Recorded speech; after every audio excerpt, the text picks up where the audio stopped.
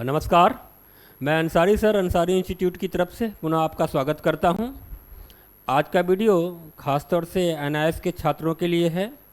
मैं आज secondary NIS के इंग्लिश का पेपर सोल्व कर रहा हूं।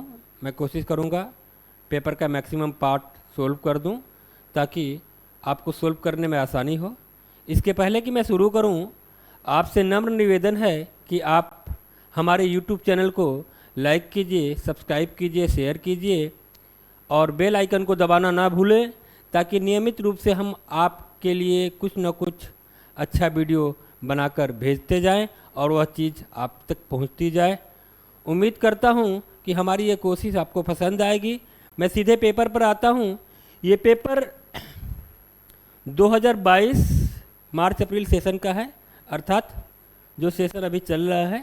हमने ये पेपर एक छात्र से मैनेज किया है और मैं उस पेपर को पूरा पैटर्न आपको दिखा रहा हूँ और मैं सोल्व करके बता रहा हूँ।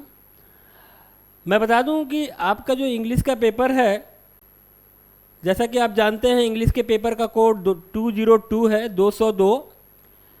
अलग अलग छात्रों को अलग अलग पेपर का सेट मिलता है। पेपर के 3 सेट होते हैं, सेट ए बी सी। आपके हिस्से में कौन सा सेट आएगा एग्ज़ाम में, ये पहले से किसी को मालूम नहीं रहता है। सभी क्वेश्चन पेपर मोरलेस सेम होते हैं, उनका नंबरिंग बदल जाता है सेट ए बी सी में। इसलिए किसी भी छात्र को परेशान होने की ज़रूरत नहीं है कि मुझे ए मिल गया, बी मिल गया या सी मिल गया।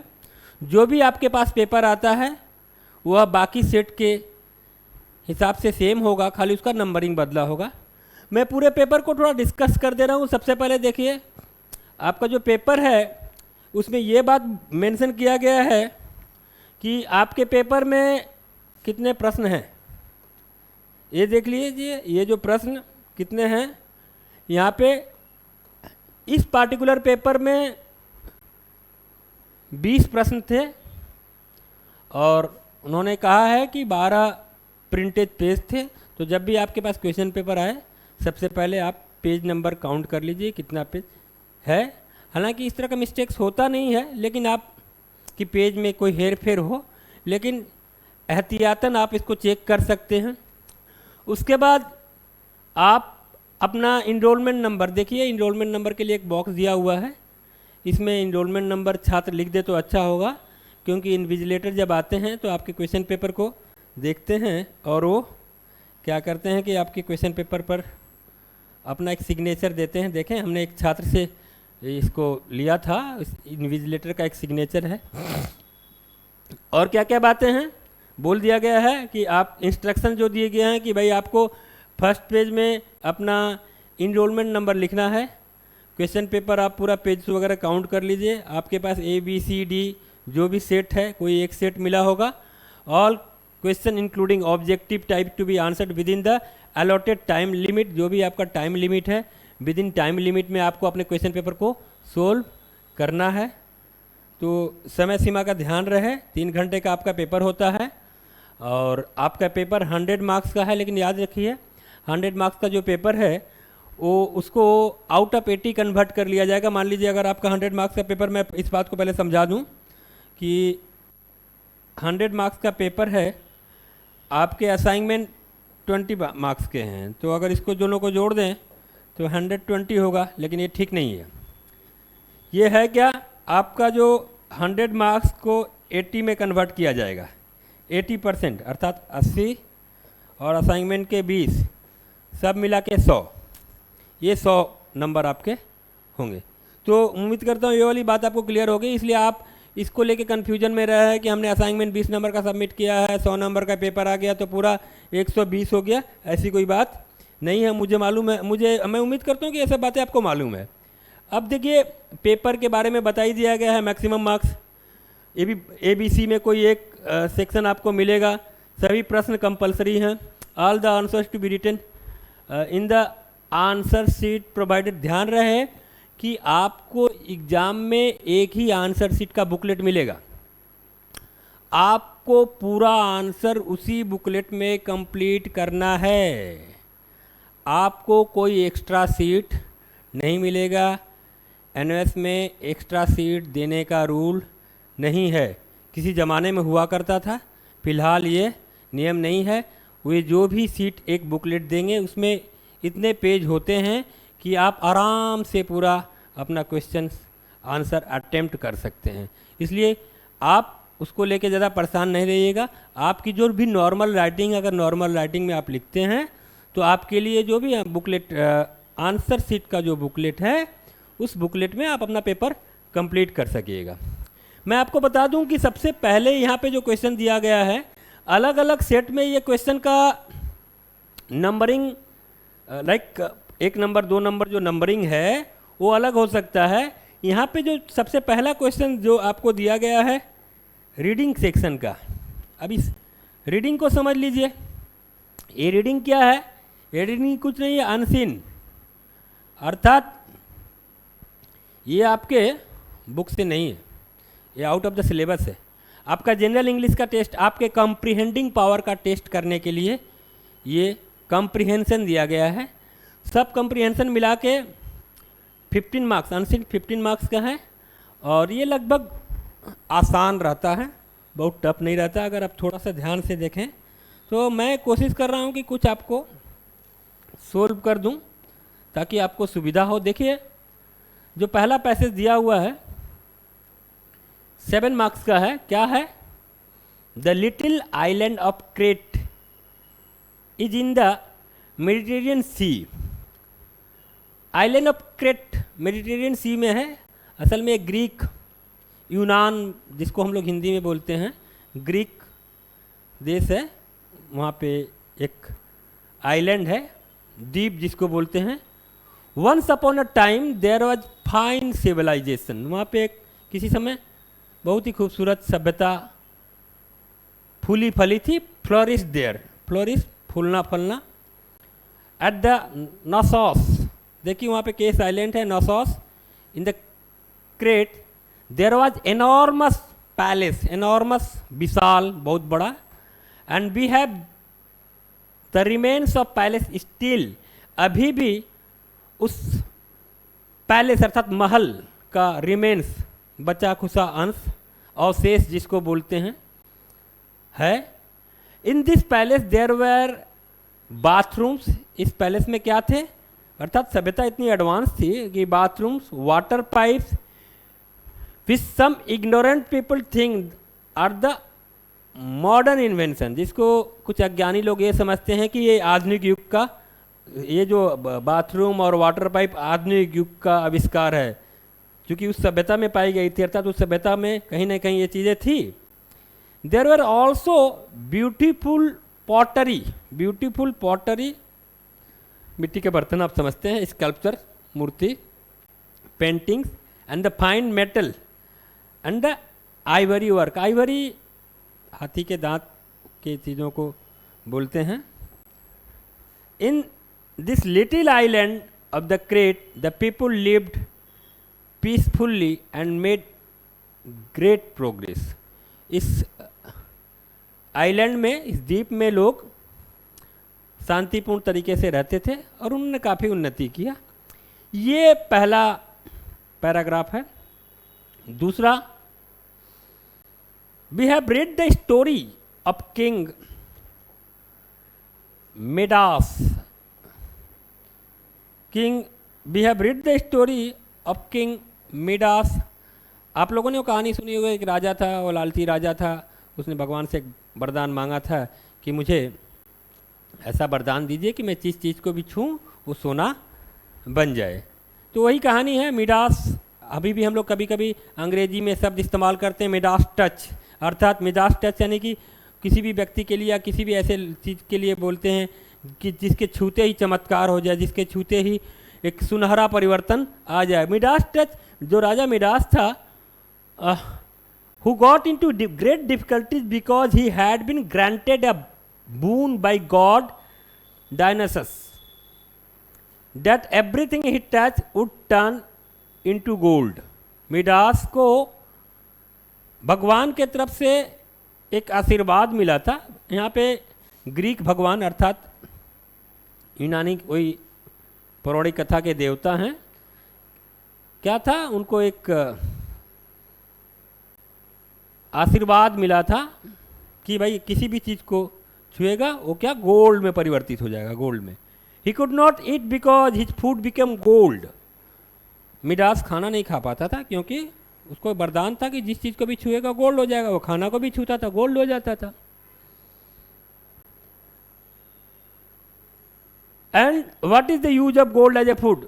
अब नेचुरल है कि भाई सोने का खाने के तौर पे कोई उपयोग तो है नहीं, सोना आप खा तो सकते नहीं है। He hugged his daughter and see to become the statue of gold. उसने अपनी बेटी को गले लगाया और वह भी सोने की मूर्ति बन गई। ही वॉज दस punished for his greed for gold. इस प्रकार ये जो ग्रीड था उसका, जो सोने के प्रति जो लालच था, वह उसके लिए एक सजा बन गई। This is of course a fanciful, एक हाँ फैंसीफुल काल्पनिक कहानी बोल सकते हैं, ठीक है, एक कहानी है, ठीक है। ये दूसरा पैरा। अब मैं एक और, there is another story of Crete which some children में हैव हर्ड। एक और कहानी है क्रेट की। क्रेट जो हमने द्वीप के बारे में बात किया, बच्चे सुने होंगे। It is about the Minotaur. Minotaur कौन था? एक मोनस्टर, राक्षस बोल सकते हैं आप, दैत्य बोल सकते हैं। मोनस्टर मतलब राक्षस, दैत्य, ठीक है। Half man half bull. कैसा था वो देखने में? आधा मैन आधा बुल, अर्थात उसकी आकृति जो थी आधी एक मनुष्य की थी और आधा एक सांड की थी। It had the body of man. Body कैसा था? Man. Head of a bull. Body आदमी का था, हेड बुल का था, सांड का था। People of the crate was so much afraid of him that young men and women were offered to him as a food. उससे इतने लोग डरे हुए थे कि young men women were offered, उनको जवान स्त्री पुरुष उसको फूड के तौर पे ऑफर किए जाने लगे, दिया जाने लगा। So powerful was the feeling of fear. भय का अनुभव इतना ज़्यादा था। Even the idea of religion came to man through the fear of the unknown.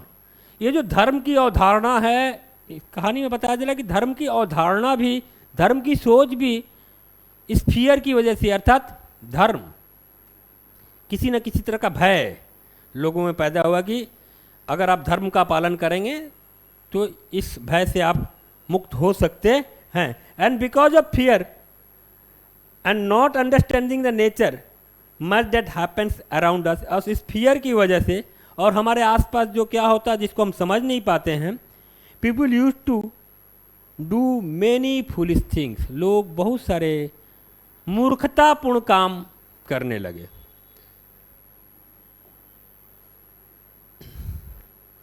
It is quite possible that young people were sacrificed in this way, not to a real monster, as such monster did not never exist.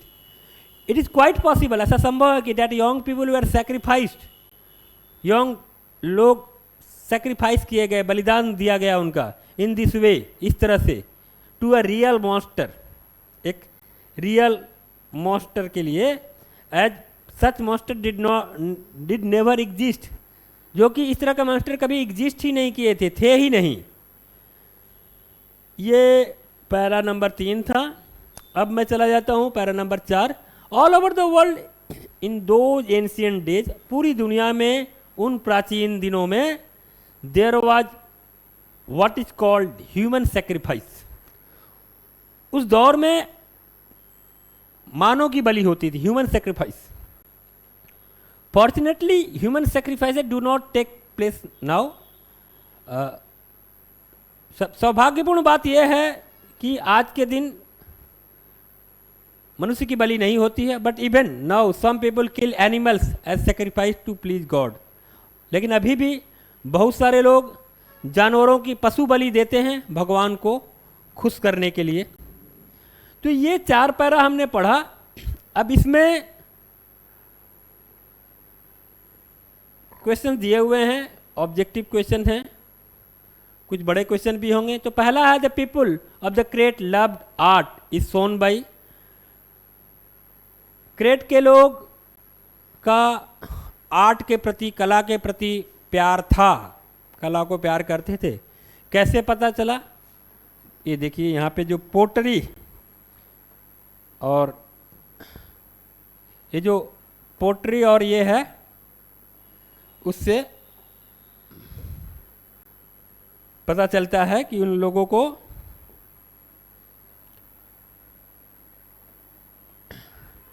कला के प्रति प्रेम था। दूसरा आ रहा है the idea of religion came out of. धर्म की अवधारणा, धर्म की सोच कैसे आई भाई? फेथ से, हिवेन से, फियर से, नेचर से। हमने जैसा पाठ में पढ़ा कि भय की वजह से धर्म की अवधारणा, धर्म की सोच आई। तो यहाँ पे राइट आंसर फियर है। जिस छात्र ने इसको सोल्व किया था उसने भी राइट किया है, वही आंसर होगा। अब हम चले जाते हैं to example that show that the people of the Crete lived in civilised life. दो एग्जाम्पल बोला जा रहा है कि बताइए भाई दो एग्जाम्पल कि उस जमाने के लोग एक सिविलाइज्ड जीवन जीते थे। तो बहुत सारी बातें हैं, आप इसमें खास तौर से the place palace, there was a palace, एक पैलेस था विशाल, and bathrooms and water pipes. आप लिख सकते हैं there was a palace, the like presence of palace, bathroom and pipes, it shows the civilisation was very advance. कि ये बात दिखाता है कि भाई पैलेस में बाथरूम का होना और वाटर पाइप का होना, the presence of bathroom and the water pipe shows the civilisation was very that shows that the people create lived their life was very civilized, their life was very civilized। तो ये आप लिख सकते हैं। देखिए मैं जो आंसर दे रहा हूँ आंसर वही है, आपका अपना लिखने का तरीका थोड़ा बहुत इधर उधर हो सकता है। एग्जैक्ट ये कोई साइंस या मैथ तो है नहीं, ये लिटरेचर है। आंसर में जो फैक्ट है सेम रहेगा, लिखने का तरीका, प्रेजेंटेशन का तरीका बदल सकता है। अब 4 नंबर क्वेश्चन में है the message given by the story of Midas. Midas की स्टोरी से क्या मैसेज मिलता है? भाई जो राजा किंग था मिडास, वह लालची था, ग्रीड था उसके पास। तो ग्रीड हम लोग हिंदी में बोलते लालच बुरी बला, लालच बुरी बला। तो इंग्लिश में लिख दीजिए ग्रीड इज इविल। आप लिख सकते हैं, मुझे तो लगता है यही मैसेज सही होना चाहिए, ग्रीड इज इविल। इसके अलावा today at some place human sacrifice replaced by. आज के ज़माने में human sacrifice is replaced by. अब तो मानव बलि नहीं होती है, मानव बलि के बदले क्या होता है भाई? पशु बलि, रिप्लेस्ड बाई एनिमल्स। ठीक है, find the words from the passage. Passage से हम लोग को वर्ड खोजना है जिसका मतलब ह्यूज। ह्यूज देखते हैं क्या है भाई? ह्यूज, पैसेज नंबर 1 में ह्यूज, इनॉर्मस। देखिए एक शब्द है यहाँ पे विशाल, ये जो शब्द है इनॉर्मस। ह्यूज का मतलब जो है वहाँ पे हम लिख देंगे इनॉर्मस। ह्यूज का मतलब आपको आराम से लिख देना है इनॉर्मस।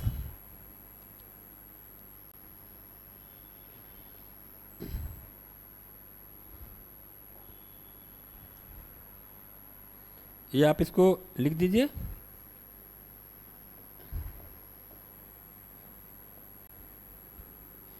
गिवन पैरा नंबर 2 में देखते हैं, गिवन पैरा नंबर 2 में कौन सा शब्द इसके करीब है? Given,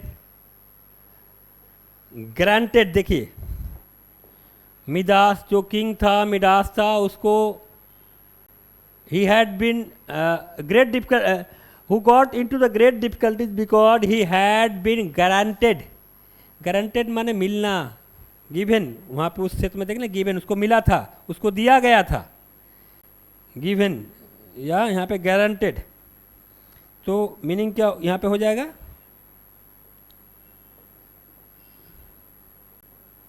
guaranteed. देख सकते हैं। तो देखिए सब एक एक नंबर के प्रश्न हैं, अगर आप आराम से इसको कीजिएगा तो आपको अच्छे मार्क्स मिल जाएंगे। इसके बाद जैसा कि आपका जो अनसीन जो पार्ट है, अनसीन पार्ट 15 मार्क्स का, तो पहला जो आपका पैसेज था, जो 4 पैराग्राफ जो थे, उनमें सब मिला के आपके 7 मार्क्स थे। अब क्वेश्चन नंबर 2 के लिए जो है, क्वेश्चन नंबर 2 के लिए 8 मार्क्स है। इसको भी हम लोग देख लेते हैं। Read the passage given below and answer the question that follow. इस पैसेज को हम लोग को पढ़ना है। क्या है? अ sense of humour is what separates man from other living beings. Sense of humour अर्थात हास्य। मनुष्य में हास्य की प्रवृत्ति, हंसना, हंसाना, ये तमाम चीज़ रहता है। बाकी पशु पक्षी में ये बातें नहीं हैं। यही चीज़ मनुष्य को बाकी जीव जंतुओं से अलग करता है, सेंस ऑफ ह्यूमर। क्या हम?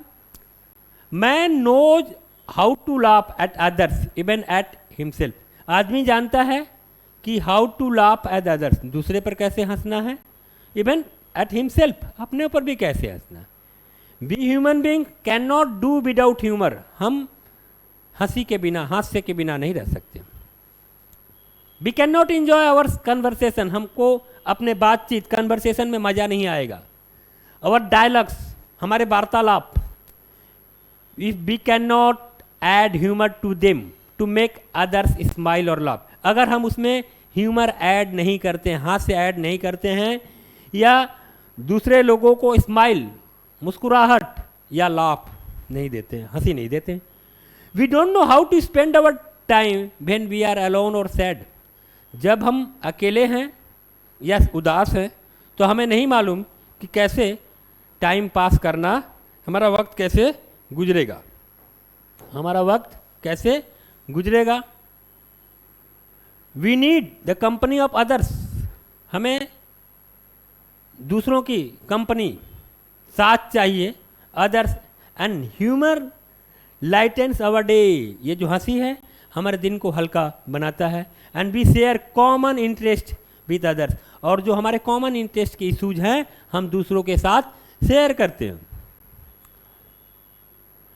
We know what to say, when to say, it help us to build healthy relationship.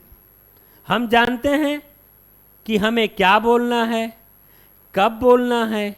ये सब बातें एक हेल्दी रिलेशन, एक स्वस्थ रिश्ता तैयार करती है। Sometimes humour tend to lead us into difficult situation. कभी कभी ह्यूमर, हास्य, हमको कठिन परिस्थितियों में डाल देता है। When we exaggerate our point and thus teach others. जब हम हास्य को किसी को टीज करने के लिए, परेशान करने के लिए, खास तौर से यूँ बोल सकते हैं आप, किसी का मजाक उड़ाने के लिए। देखिए, मजाक करना और मजाक उड़ाना दो अलग शब्द हैं। हमें कोशिश करना चाहिए मजाक करें, हम किसी का मजाक ना उड़ाएं। जब किसी का मजाक उड़ाते हैं तो कभी कभी हम डिफ़िकल्ट सिचुएशन में खुद पड़ जाते हैं। मुझे लगता है ये बात आपको समझ में आई होगी। अब हम लोग आते हैं, humour use with a healthy mind is always successful. याद रखिए, हास्य का प्रयोग एक स्वस्थ दिमाग के साथ, स्वस्थ मन के संग, दिमाग के संग करते हैं तो हमेशा फायदेमंद है। It makes us laugh and also amuses the person we are laughing with. यह हास्य हमें हंसाता है, अम्यूजेज हमारा मनोरंजन करता है, the person we are laughing with, ठीक है, जिस व्यक्ति के संग हम हंस रहे हैं वो हमें हंसाता है और हमारा मनोरंजन करता है। In such a situation we gain trust and generate the feeling of cooperation. इन परिस्थितियों में, हंसी खुशी वाले माहौल में, हास्य वाले माहौल में हम सामने वाले लोगों के से विश्वास अर्जित करते हैं और एक कॉपरेशन का फीलिंग आता है। मैं आपको बता दूं, जो लोग खुशमिजाज होते हैं उनके दोस्त ज़्यादा होते हैं, अर्थात जो हंसी मजाक करते हैं, मैं हंसी मजाक पॉजिटिव सेंस में, पॉजिटिव माइंड के संग जो लोग हंसी मजाक करते हैं उनके मित्र ज़्यादा होते हैं, उनके वो बहुत सारे लोगों के संग मिलजुल कर रह सकते हैं। We lose our feeling of loneliness, इस ह्यूमर की वजह से हमारे अंदर जो अकेलेपन का भाव है वह खत्म हो जाता है। We accept that we too can make the mistakes and we look for good in others. हम इस बात को एक्सेप्ट करते हैं कि मैं भी मिस्टेक कर सकता हूं, हम भी गलती कर सकते हैं, और हम लोग दूसरे में, we look for good in others, हम लोग दूसरे में अच्छी बातें देखते हैं। Most important is the sense of fellow feeling, a sense of belonging. इसमें सबसे बात है, मोस्ट इंपॉर्टेंट बात है सेंस ऑफ फेलो फीलिंग, मतलब एक जैसा फीलिंग वाली बात कि भाई जैसा तुम सोचते हो वैसा मैं सोचता हूँ, and a sense of belonging, एक अपनापन का सोच हमारे बीच में आ जाता है। However a situation may develop in which we may lose our sense of humour, कभी कभी ऐसी परिस्थितियाँ आती हैं जब हम अपना सेंस ऑफ ह्यूमर खो देते हैं, अर्थात हंसी मजाक का जो हमारा एटीट्यूड और नज़रिया होता है हम खो देते हैं। देखें क्या है, in that case we either become offensive to others or become defensive for our self. ऐसे मामलों में हम ऑफेंसिव, अर्थात हम कुछ तकलीफ देने वाली बात बोल जाते हैं और फिर हम अपने आप को डिफेंड करते हैं कि नहीं मैंने ऐसा नहीं कहा, ठीक है। तो हमें कोशिश करना है कि हम ऑफेंसिव नहीं, हमारी बातें किसी को चुभे नहीं, किसी को तकलीफ न दें। We either blame others to blame our self for humorous remarks made by us for or for us. We either blame others, हम दूसरे को दोष देते हैं, or blame our self for humorous remarks made by us or फस, हम फिर दोष देते हैं, दूसरे को दोष देते हैं, कभी कभी अपने को दोष देते हैं कि भाई हमने ये ऑफेंसिव कटु बात, तकलीफ देने वाली बात किसी को बोली। Important thing is to note what is said and how it is said. सबसे इसमें इम्पोर्टेंट बात है कि क्या कहना है, क्या कहा गया और कैसे कहा गया। चलिए आगे देखता हूँ। In any case humour is a part of soft skill required to communicate with others. Humour, हास्य, ये हमारे कम्युनिकेशन का, संचार का एक सॉफ्ट स्किल है, एक स्किल है, एक कौशल है। इस कौशल का प्रयोग हम कम्युनिकेशन के लिए, दूसरों से बातचीत करने के लिए, अपनी बात दूसरों के सामने रखने के लिए कर सकते हैं। We need a few well chosen words first to draw the attention of others.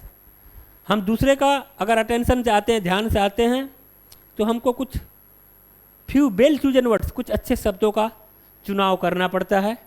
And then make a serious point without becoming offensive.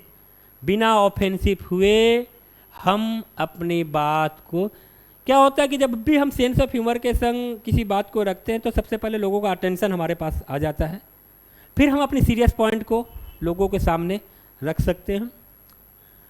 अब ये पैरा मैंने पढ़ दिया। इस पैरा में how can we finish our self, our sadness and loneliness, by making fun of others, by laughing at our self, by sharing humour with other. देखिए कई सारे बातें हैं, हम अपना सैडनेस और लोनलीनेस को कैसे ख़त्म कर सकते हैं। ऑफ कोर्स यहाँ पे बहुत सारी ऑप्शन दिए हुए हैं। By making fun of other, दूसरे का मजाक उड़ाकर, by laughing at our self, मुझे नहीं लग रहा है, by sharing humour with others, of course by sharing humour with others, ठीक है। तो ये पहला नंबर हुआ। अब देखिए दूसरा जो है, how is man different from the animals. जैसा कि हमने पढ़ा कि man different from the animals क्या है, man cooks his own food, man knows how to laugh, man is cultured and animals are not, man don't fight like animals. देखिए हमने वहाँ पे पढ़ा था कि ह्यूमर ही एक ऐसा चीज़ है जो हमें बाकी जानवरों से, बाकी एनिमल से डिफरेंट करता है। तो ऑफकोर्स जो बी नंबर आंसर होगा, that is the best answer. Man knows how to laugh because we know how to laugh, animals don't know, ठीक है। जैसा कि इसमें कहा गया है, when does humour create difficulties, when we are offensive it create difficulties for us. अर्थात अगर हम ह्यूमर में ऑफेंसिव हैं, when we are offensive in the humour और वी आर टीजिंग समवन, हम किसी को टीज कर रहे हैं, परेशान कर रहे हैं, तो it creates a difficult situation for us. मुझे उम्मीद है ये बात आपको समझ में आ गई होगी। आप सेंटेंस का फ्रेम अपने हिसाब से कर सकते हैं। सभी आंसर एक जैसे हों कोई ज़रूरी नहीं हो। आंसर ऐसे होने चाहिए जो मूल तत्व है, जो मूल मीनिंग है उसको कैरी करे। Why is healthy always why is healthy humour always successful? Healthy humour is always successful, देख लीजिए यहाँ पे दिया हुआ है। Humour use with the healthy mind is as it is use with the healthy mind, as it is use with the healthy mind, this is that's why it is always successful. ये healthy mind के संग प्रयोग किया जाता है। What is the important thing to note while making humorous remarks? While making humorous remark, you will have to be very much careful that you are not offensive.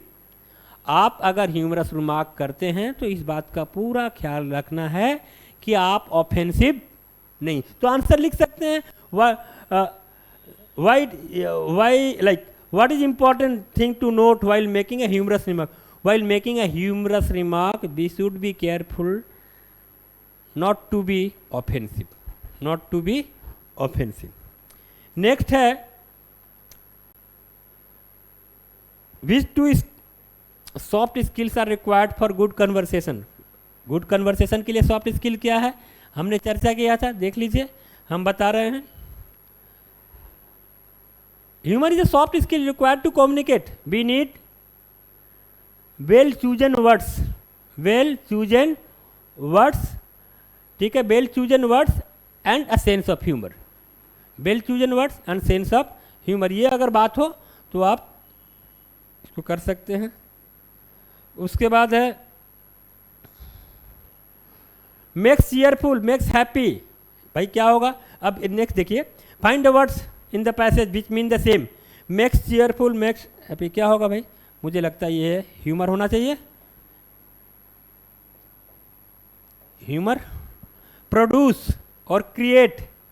Para number 2 में, para number 2 में देखिए produce और create, कौन सा शब्द है जो produce और क्रिएट के आसपास है? एकदम पैरा नंबर 2 में प्रोड्यूस, जेनरेट, देखिए एक शब्द है जेनरेट, यहाँ पे देखिए जेनरेट जो शब्द है ये जेनरेट, देख लीजिए। तो ये सब जो शब्द है जेनरेट, देखिए प्रोड्यूस, यहाँ पे आप इसको जेनरेट लिख लीजिए। तो ये जो अनसीन था आपका 7 + 8, 15 मार्क्स का आपका अनसीन है। अगर आपकी जनरल इंग्लिश अच्छी है तो यहाँ पे बहुत अच्छा मार्क्स पा सकते हैं, मार्किंग स्कीम भी बड़ा अच्छा है इसका। अब हम लोग चले जाते हैं कुछ पार्ट